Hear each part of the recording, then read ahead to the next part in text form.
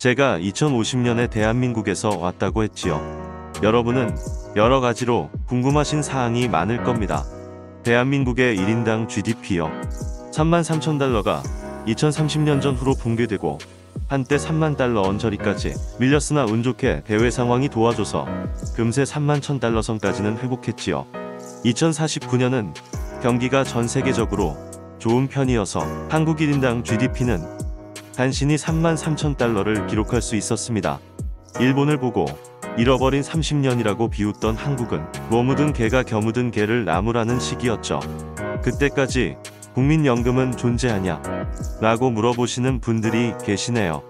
뭐 존재는 하지만 큰 의미는 없지요. 워낙 중간에 칼질을 많이 당하고 연금 수령 연한도 계속 바뀌며 만 70세가 되기 전에는 그림의 떡일 뿐입니다. 물론 이것도 연금 수령 연령을 만 72세로 높인 정부안이 몇 년간 유예되어서 그나마 노령층이 한숨을 돌린 상황이지요. 그러나 실수령액도 인플레이션을 고려하면 여러분들이 기대하는 것보다는 많이 적을 겁니다. 노동인구 감소로 인해 세수가 줄어들고 결국 2050년부터 국민연금도 적자로 돌아설 예정이지만 정치권은 남 탓이나 하는 무능의 극치를 보여주죠. 국민연금 수령 나이를 5살이나 높이고도 이 지경이란 게 그저 어메이징할 뿐. 청소년이나 어린 친구들이 궁금할 대학 진학에 대해서도 말씀해 주시죠. 한국 교육의 대세는 다양한 외국어 습득과 영어 회화 습득이 주류였습니다. 국내 유명 대학 중에서도 유명한 학과가 아니면 차라리 해외 유학을 선택한다가 대세로 자리를 잡았지요. 제가 있었던 우주에서는 고교 졸업자 중 한국 대학 진학률이 거의 절반 수준이었습니다. 52% 내외. 이것도 사실 입학자 기준으로, 그렇지 실제로 대학 졸업자 기준으로 하면 채 50%가 되지 않았지요. 대학은 말 그대로 옥션이라는 인식이 자라를 잡게 되었지요.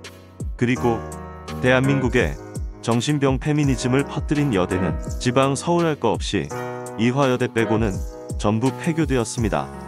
2046년경 그나마 정치권 특혜에 힘입어 이화여대는 2050년 초까지만 잠정적으로 운영한다고 합의를 봤지요. 그 당시에도 이화여대 미인기학과는 이미 과자체가 사라져버렸고 반쪽짜리 4년제 대학으로 겨우 호흡기만 달고 있었을 뿐이었지요. 국립대조차 2개가 사라지는 상황에서 어쩌면 사필 규정이고 뿌린 대로 거둘 뿐이지요. 지방사립대도 신생 악역감의 폭탄을 피해가지 못하고 80% 이상이 폐교가 되었습니다. 현재 한 번쯤 들어는 봤다는 지방사립대의 대다수는 폐교가 되었으며 역사의 뒤안길로 사라졌지요. 운 좋게 살아남은 대학교도 풍폐합으로 겨우 이름만 이어가거나 고등학교 졸업생을 뽑는 일반 4년제 대학교에서 제외되며 운영되었습니다. 각 대학의 교수들이 재차 시위를 하며 완강히 버티었지만 결국 답은 뻔했지요. 뭐 이 정도만 하지요. 너무 안 좋은 소식만 전하는 것 아니에요? 좋은 소식 좀 전해주세요. 대한민국의 평균 수명이 전 세계 1위를 달성합니다. 2030년부터 2049년까지 쭉. 웃긴 건 한국 남성 수명은 그 시기 그 어느 때를 보더라도 전 세계 5위권이 최고 성적입니다. 허나 한국 여성분들은 진짜 관리를 어느 정도 하면 100세까지는 그냥 사시는 분이 꽤 되십니다. 다만 이건 평생 독신 여성과 결혼 생활을 한 여성의 평균 수명 차이가 커서 따로 봐야 하는 부분이기도 하지요. 그래서 2040년대에는 가파르게 증가하는 독신 노령 여성들의 고독사가 점점 화두로 떠오르지요. 그리고 젊을 때 불쌍하게 극단적 페미니즘 정치인에 선동된 고연령 독신 여성들의 분노가 자신의 성별인 같은 여성들에게 향하는 특이점이 있는 시대이지요. 거짓말로 점철된 페미니즘에 속았다고 그쪽 주류 여성 중 상당수는 지금도 아이러니하게 결혼하고 애도 낳고 어떻게든 가정을 꾸리면서 행복하게 살고 있지요. 그럴듯한 사상 사기꾼에 본인이 중독되고 세뇌되면 결국 지 인생 망치고 아주 쓸쓸한 고독사만 기다리고 있을 뿐. 피해망상과 피해의식으로 둘러싸인 렌즈로 세상을 보면 결국은 자기 손해다 라는 평범한 진리가 통하는 정상적인 사회로 돌아갔지만 때는 이미 늦었죠. 요즘 이슈인 신생아수가 궁금한데 알려주실 수 있나요? 33만까지 회복이 됩니다. 2049년에. 근데 워낙 장시간 꼬라박은 게 많아서리 지금으로부터 17년 뒤인 2040년에 이미 대한민국 여성의 중위 연령은 만 70세를 찍어버리죠. 만 60세가 아닙니다. 만 70세입니다. 2040년에 한국 여성 2명 중 1명은 만 70세 이상인 나라가 되어 버리지요. 그 뒤로 제가 공식적으로 통계를 알고 있는 2049년까지도 여성 중위 연령은 지속적으로 오릅니다. 한국 여성분들이 너무 장수하셔서 전 세계 최고령 국가로 탑을 쭉 달리게 된 게 2030년대 이후의 대한민국입니다. 2위 일본을 가뿐히 따돌리지요. 역사책은 어떤 면이 부각이 되나요? 지금과 다른 부분이 있나요? 민주화의 명암, 민주화가 정말 한국 사회에 기여를 했나?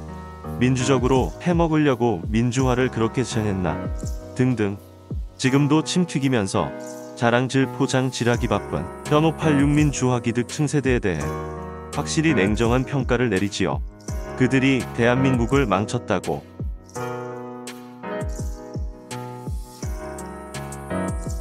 후대 국민들의 표현을 빌리자면 자신들의 탐욕을 채우는 방향으로 국가를 운영하다가 나라를 폭망시켰다고. 그리고 현재의 대한민국 국민들 다수가 모르는 중요한 사건 한 가지가 더 있습니다. 이건 차후에 따로 말씀드리지요.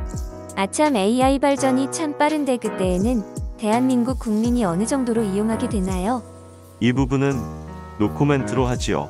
제가 말씀드릴 수 있는 건 AI 쪽 기술 발달의 영향 등으로 전 세계 인구는 2040년대 후반쯤에 이미 60억 명대로 떨어집니다. 인구 폭발은 더 이상 걱정하지 않으셔도 된다는 말입니다. 무엇보다 중국이 지구상의 인구 감소에 가장 큰 기여를 하며 전 세계 인구가 본격적으로 줄어드는 시기도 공식적으로 2020년대 중반부터입니다.